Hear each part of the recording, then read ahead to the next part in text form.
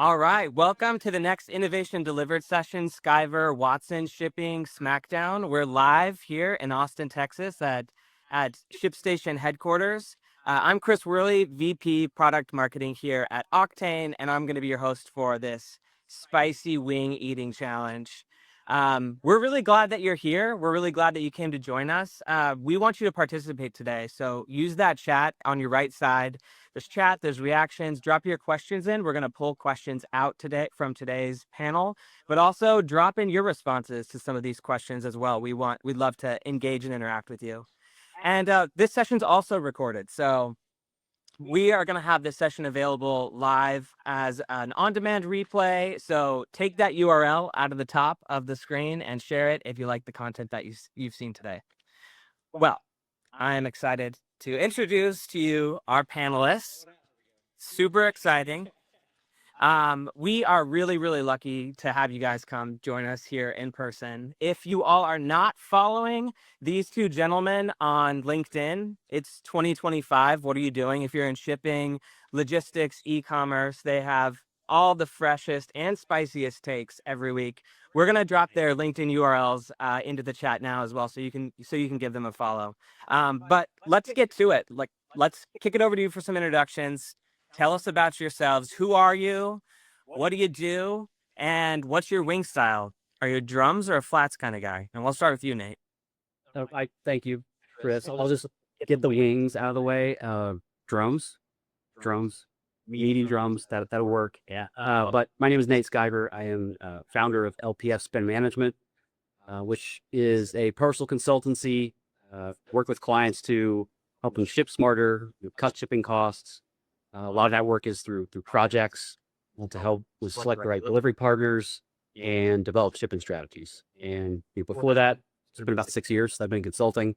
I was in retail for 17 years. So developed partial programs for Abercrombie and Fitch and Gap Inc. But since then, have been consulting and absolutely love it. And somehow that has landed me here. What bad series of mistakes have you made? Yes, exactly. I'm excited, but Questioning your life choices. a little scared. So we'll see. Yeah. Right. It's great. Over to you, Rick. Yeah, my name is Rick Watson, CEO and founder of RMW eCommerce Consulting. We work with mid-market and enterprise brands on growth strategy for all their digital channels. Kind of started that a little over 6 years ago on the back of a 20-year career in e-commerce, software companies, as well as retailers, really just kind of growing businesses. So it's been fun to watch the industry grow up and have a number of podcasts and newsletters that hopefully you guys are able to enjoy too. So That's great. That's great. Well, let's see if we can get you guys sweating like a thermal printer on Cyber Monday. That's all right. That's kind of our goal here a little bit. And here's how today's session is going to go. Great. I'm good for it. I'm good for it. There's like 6 more. So for today's session, we've got 4 wings of increasing spiciness level. This one is a 2 out of 10 on the hot wing scale. This one is a 5 out of 10 on the hot wing scale or hot one scale. Da Bomb is just kind of aggressive marketing with the hot sauce, but in the show, I think they do that one 9 out of 10, and then the last one is an 11 out of 10. So we're gonna ask questions that increase in spiciness as that kind of go along with the wing. So let's do the first one. Rick, we're gonna kick it to you first. all right, you get to eat first. What's one shipping myth that needs to die? A shipping myth that needs to die. I think, look, if you start a business, you start with the big 3 in the United States. This is before sort of Amazon entered the world, which is the post office, UPS, FedEx. And I think the biggest shipping myth that needs to die, especially if you're a small business that grows into a mid-sized business where carrier costs start to really add up and become a big percentage of your profits, is that there are not any choices outside of the big 3. Yeah. So I don't know, near and dear to my heart. This is kind of what I do, and somehow this has been a Did you myth. start it? Oh, I did All right, I gotta start. for like 20 plus years. This has been the myth, and it was it's deeply rooted with a lot of package shippers going back to early 2000s with just UPS or FedEx, maybe the Postal Service. But I think the last, I don't know, 3, 4, or 5 years, it's been dying a slow death. It's been moving, aging a little bit more that direction. And a lot of it has to do with the way that the market has changed. So there's really an infinite almost amount of carriers, maybe too many, but there's plenty of options. Some of them go out of business. They do. So there's a lot of carrier options. There's a lot of shipping technology advancements to be able to manage. Wait, this is Something like here. it's not bad. Sphero. No, it's a little tingly, Right. So it's, Yeah. It's already something starting. there is, which is not good. It's not a good sign. I'm I didn't even tell you guys this, like a honey barbecue guy. Like it's like a non-spice, so this is going to be bad. But no, I think it's been dying a slow death. Hopefully, sounds kind of morbid, but I hope like the final nail in the coffin is coming, because there's no reason for it not to. There are far too many solution providers available. There just aren't excuses anymore for this kind of to perpetuate. So Yeah, rate shopping, zone skipping, and there are a lot of regional carriers that are ready to take on more volume. absolutely. We host an annual benchmark report, and a very very similar question came up, and 53% of retailers plan to increase use of alternate carriers over the next year. So that dropped in February. What do you think about that? Are you kind of surprised by the percentage that it's not higher or lower? I mean, I'm not surprised by companies saying they're going to. I think so. I think at least a lot of the work that I do is that, I advise companies on what carriers to partner with for whatever reason they've said is important, cost, speed. A lot of them still gravitate back toward or stay with a UPS or a FedEx because it's easier. It's easier not to change. And Have one person in the top two. Exactly. In theory, anyway. They being UPS and FedEx do things well enough. But I think at least what I've seen, so the 53% makes sense. I've actually seen in the last year or two more companies take action on that, not just say it. And that's the big, I think the software has got a lot better. yes, absolutely. And so the software, it's not just the software, but it's sort of like the pre-integrations there that makes the rate shopping Yes. not so manual. You have access to all these carriers. And I think a lot more retailers are not just saying they're going to make changes or exploring carriers and then kind of saying, you know what, that's not worth the effort. More are making changes. And I think that's why you've actually seen, Rick said some of these carriers might go out of business. True. Some have. But there's still a really large contingent that have been around for 5+ years. And I think the nail in the coffin is coming. So, On track is high, Yes. some businesses and absolutely. yeah. Yeah, the trend of multi-carrier shipping is certainly not going away, and being able to offer multiple carriers is pretty crucial, because it can reduce dependencies on single carriers, provide new experiences. So really really appreciate that. I would say you guys cleared that first question pretty easily. All right. So we will have to turn up the heat.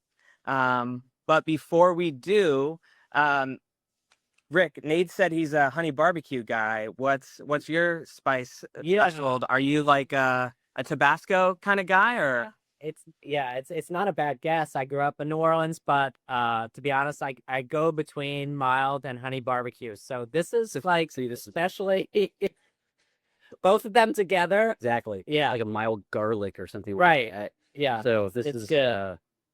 I do like again, those like Korean crunchy wings. Those are really good, and those can get pretty spicy. I don't know where they fall on this scale. I'm gonna have to Google it, and we'll have to get back. Yeah. We'll put that in the email recap here. All right. Well, let's move on to the next question. Our medium heat. So we can go ahead and jump into the wings here. We'll go first. I think Rick's got to eat the wing first. Right? No. No, No, other way around. Yeah. I started at least. Look at It this. doesn't matter. I don't care. It doesn't matter to me. Yeah, you don't care. Alright. I'm sure. We'll see. All right. The next question is fast shipping still a competitive advantage, or is it just table stakes? I think fast shipping is still a competitive advantage, but it should be table stakes. It's something that I don't know, been having a conversation about for 20 years with Amazon Prime, and somehow there's been a lot of, I think, evolution of many retailers delivering faster, but there's still a lot of retailers who aren't maybe delivering as fast as they could. And so, Rick, you may have said you have a prof at some point. So I've got this is not an exciting prof. It's just for me because I couldn't recall everything. So I do this every once in a while. I will go and see what shipping options a retailer offers, right? So you just go grab an item, make sure it has inventory, all that fun stuff, put it in the cart, and go see how fast standard delivery is. So this is what I found for companies delivering. I'm in Austin to the hotel actually earlier this morning. DAP, August 14th. Dick's Sporting Goods, August 8th. August 14th? August 14th. Oh, It's August 7th, just in case anybody's watching this on demand. So 1 week. J.C. Penney, the 12th. Macy's, the 11th. Aeropostale, the 18th for economy, or the 14th for standard. Lids, the 12th. Kendra Scott, between the 11th and 13th, just in case, Right. And H&M between the 13th and 15th. So the reason it's still a competitive advantage is a lot of those retailers deliver faster than that. Yeah. But they don't show it. They don't show it on the product display page. They don't show it in checkout. Well, and I think part of what you're talking about, by the way, you're going to like this one. Oh, so I guess get eating. I thought I don't follow. We'll get you that. can't stall and not eat. But I think what we're talking about eventually is like, there are two, I think, important components here. And actually, Amazon has identified this, of course, throughout their history. One is just fast shipping, and second is estimated delivery date. And Amazon found actually that if you deliver something sooner than you promised it, that your customer still gets upset because they want to be home to receive it, whatever it is. And so having a promise date is something that still so many brands don't have. And I would say is just as important almost as fast shipping. I mean, Amazon has found that really every time they increase speed, purchase frequency increases. And the reason is because now customers are considering you rather than going to the convenience store for a toothbrush. If you can be lazy like me, or I do the same thing. yeah, Absolutely. all right. No, I've got a saying for Walmart. you. I've got a Walmart. It's been a mile of my house. right. If you can have something delivered in 3 hours and you're doing something anyway, and something can show up at your house, then why not? Yes. And so that is an example of how they can get more baskets from you just by increasing speed. Right. And I don't think we don't need more evidence than what Walmart and Amazon are half the e-commerce market in the U.S. Doesn't mean a retailer has to deliver as fast as either of those or their entire catalog. Walmart's 3-hour delivery is I think super interesting because they were saying on some weeks as many as 40% of their customers are paying for 3-hour delivery, which is also a huge source of margin. Yep. Exactly. Nate, you've worked at a big brand before. What does it take to make that switch, and what are some of the operational implications? I mean, there's a lot that goes into it. Part of it, well, in my opinion, the easy part is the transportation part. Like you determine what the speed goals are, you speed to customer are, you resource that well. Even the shipping technology at this point, there's a lot of different options, but there are some now that are more advanced to be able to more accurately predict transit times than just FedEx saying it's 2 business days from this point to this point. So that's gotten a lot better. And I think that's where you have to look as well. And then none of that matters unless you surface it at at least in checkout, Right. usually in the product display page. When I was going Correct. through earlier, I think Dick's was the only one that had it on the item page. That was it. So that to me is just a huge missed opportunity. Yeah. And that's where I get it. It's complex. So And a lot of the platforms don't do it out of the box. right. And so if you sign up to any platform that's on your list, by default, your e-com platform is not going to show. Right.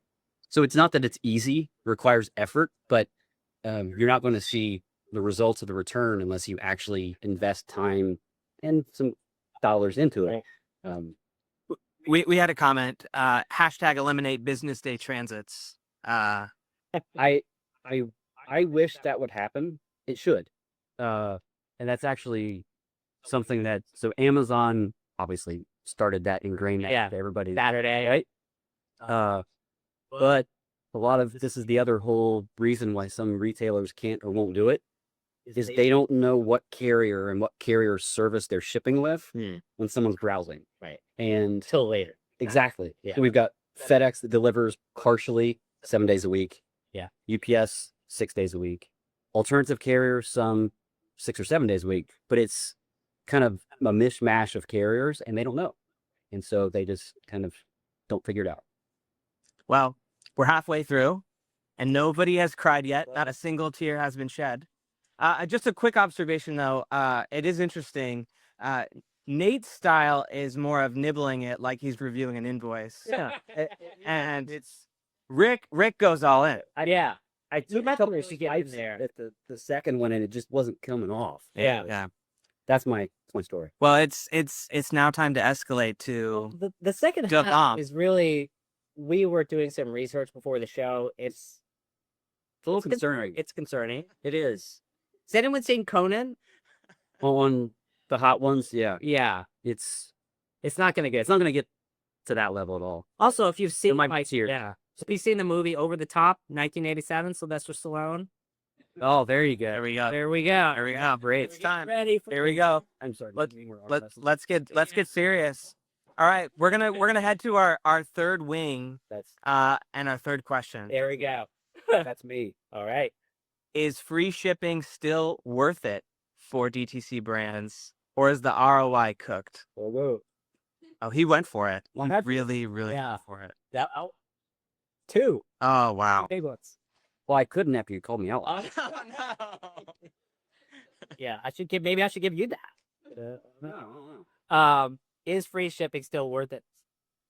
Look, there's one thing about people, and free is still the most powerful word in the English language, Chris. And so I think people love free. Any kind of promo you test, percent off, dollar off. Dollar off is always better. Then you get into like BOGOs and stacking and all these things that people test. Free shipping is still always at the top of the conversion rate percentage list in any kind of survey that I've ever read. So much so that especially during COVID, you saw, and this is why the de minimis thing became so huge, is because people were willing to wait 7 days, 10 days, 15, 30 days to get free, cheap stuff. Yeah. It's tingling. No a more, little bit. yeah, RIP some bad. guys. Pour out Too bad. no, man. I don't know, and I thought I got a pretty good chunk. You did good. It's You did starting, really I good. think it's starting to. It's like a delayed onset. Yeah. Thing. Are you sure you picked the right one? You'll, I did. You'll feel it in that on that flight in about an hour. bit. But I think as far as the ROI and whether or not that's still valid, part of that is, well, a couple things. One, like Rick said, like this is so ingrained into, here it comes, so ingrained into the psychology of like the purchasing psychology that you can't not offer free shipping. Like I just don't, for most brands. I mean, there's some At exceptions. least the threshold. Right. Where that might be an exception, but so I don't think that's even the consideration. The ROI, though, part of it is the expense. There's been a lot of, I think the Journal, Wall Street Journal, put something out about like the death of free shipping and the fact that, expense has gone up so much, different areas, all true. Yeah.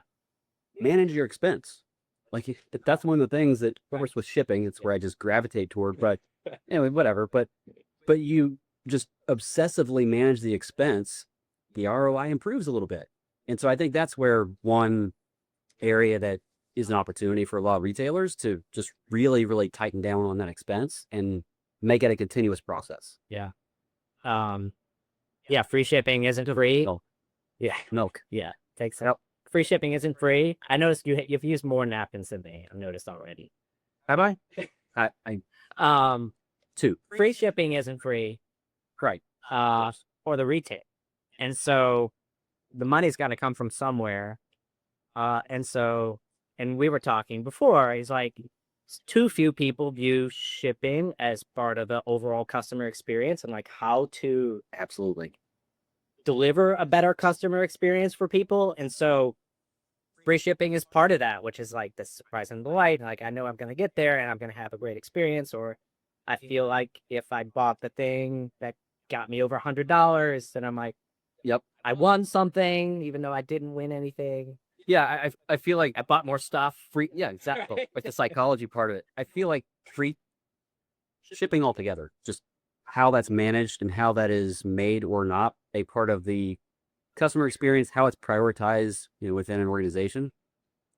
If it was part of marketing, like if it was in the marketing budget, it would be way different because you actually would get a lot of attention, resources to it. Yeah. It wouldn't be kind of like the last thing on the list. So I think that's where, again, getting the ROI out of it actually has to do with making shipping a priority within that. And part of that is investing into it. And there is a trend of that more broadly where CXO and marketing really come together and that experience. And this is yet another area. Yeah. In our benchmark report, 41% of consumers this year said that delivery cost is more important than speed. And that was up 8% year over year. So to your earlier point, consumers care about it. It's definitely crucial. And the context of everything that's going on only puts pressure on it for brands on both sides. Absolutely. Yeah. Well, great. Well, it's time to move up to the last and final wing. I want to hear it all the way up. How are we feeling? So not too bad. We're tingling strong. A little bit. Yeah. Strong tingle. Like little mouth area, just kind of like runny nose a little bit, but it's okay. Good. So all right. I think we have to both hit this at the same time. Okay. All right. I'm not doing this. So no, with you. there'll be a silent. Let's go ahead. Let's If you're let's whenever you talk anymore, let's take a bite. eat. Go ahead, take a bite. It's your turn. If you want to go first, go ahead. Oh, it's my turn. It is. Oh yeah, very Go for very it. subtle of you, Nate. Here we go. Doesn't matter to me. You guys gonna cheers? There we go. All right, let's see if the tears form a little bit. I think the runny nose is a good precursor to some tears coming. How are we feeling about it? Yeah. Yeah. You feel it? Did you miss it? No. No, clear. Perfect. I mean, I had to that then. All right. I mean, it's coming, but All right. Here for this. honey, what? I'll go ahead and. Oh, okay. Oh, he's got it. Oh. He's got it now. Well, he's taking that additional bite, and Rick's getting some milk. The last question. Finish the sentence. If brands want to win in 20. If brands want to win in 20. Dog, we need a moment. Oh, there's a little bit of tears. Yeah, I see it. Yep. Yeah, it's coming. Get a hit of that milk. There we go. All right, here's the question. Finish the sentence. If brands want to win in 2025, they need to blank.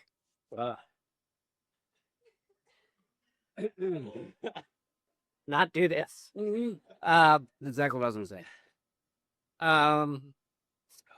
If brands want to win in 2025, they really need to stand for something. To me, that's number one, because there's so many brands out there that can't answer a very simple question. Like, for this important group of consumer, what important problem do you solve? And it seems like a simple question, but it's actually very complicated for Black people to answer. I know. Like, I wouldn't look at. I'm not crying because I love shipping. Yeah, exactly. That's why I'm crying. It's emotional. It is. It's a deep burn. All right. Be careful around the eyes. I know. It makes it worse if you talk. I kind of started on this on the last question. And maybe this is a little too cliche. Even what I do. Oh, this is bad. But it really is. I don't know if that's gonna work. But if you did, to prioritize delivery. So prioritize it within not just the customer experience, but investing not just funds, not like an actual capital investment or anything like that, but people, resources, to make it a central part of your e-commerce strategy, period. Yeah. And it requires, intentional effort, requires an actual strategy, not just kind of letting things go generically like I don't want to call any brand out that I listed earlier. 2 to 5 days, 3 business days. 8, 9 days from now. Like, there's no reason that should happen. It just shouldn't happen anymore. And I don't think there is an excuse for it if delivery matters. So I'll be out here, Nate. thank you. So I think having the lack of specificity with the shipping options, the experience, that just means I think I'm gonna say those brands in general who have that don't prioritize delivery. So that's what I would say. I mean, granted, I'm a little bit biased on the shipping and delivery aspect, though. I think it's well said, because I think if you don't prioritize that experience, it's not going to happen on its own. I don't know how you spoke for that long. Me neither. Yeah, that was nope. Does help though. Yeah, Does. it's help. It's Doesn't help with the science. Can't speak through the no. If we can, That's true. Yeah, like bubble it. but it comes back, froth it up a bit. It's almost froth. It is unrelenting. Yeah. Yep. What were we talking about? Well, actually, it's a great segue, because we gotta wrap it up. It's time. It's about time to close out here, and so That's true. Until the last one was pretty bad. we want to thank you all for coming out, traveling all this way to enjoy some wings with us. Yes. Enjoy the wing. Enjoy. Sure. Yeah. And have a really great session. We've got some ShipStation for you to wear for next week. Here we go. But thank you both so much. We appreciate the time and the insights and the energy. All right. We have a couple of quick obligatory commercials. The first is we have a really great demo lounge that we put together today. So come check out some of the demos. There's some exclusive offers inside of the demo lounge. One that I'd love to point out that we've got the link here on screen is our UX website demo. It actually talks about how you can use ShipStation API to help deliver better branded customer experiences that are completely white labeled, but a lot of other ways to address things like multi-carrier shipping and free shipping and prioritizing speed, all things we can help you with, and all things you can check out in the demo lounge. So make sure to get over there, and don't go too far, because in just 2 minutes we are closing out with our keynote, Christina Tosi, founder of Milk Bar. And we hope you'll head over there. We're popping the link up on screen to make that switch easy, and you can also hit the button to next session right above. Thanks for joining us today. Really appreciate it. Bye-bye. Yeah.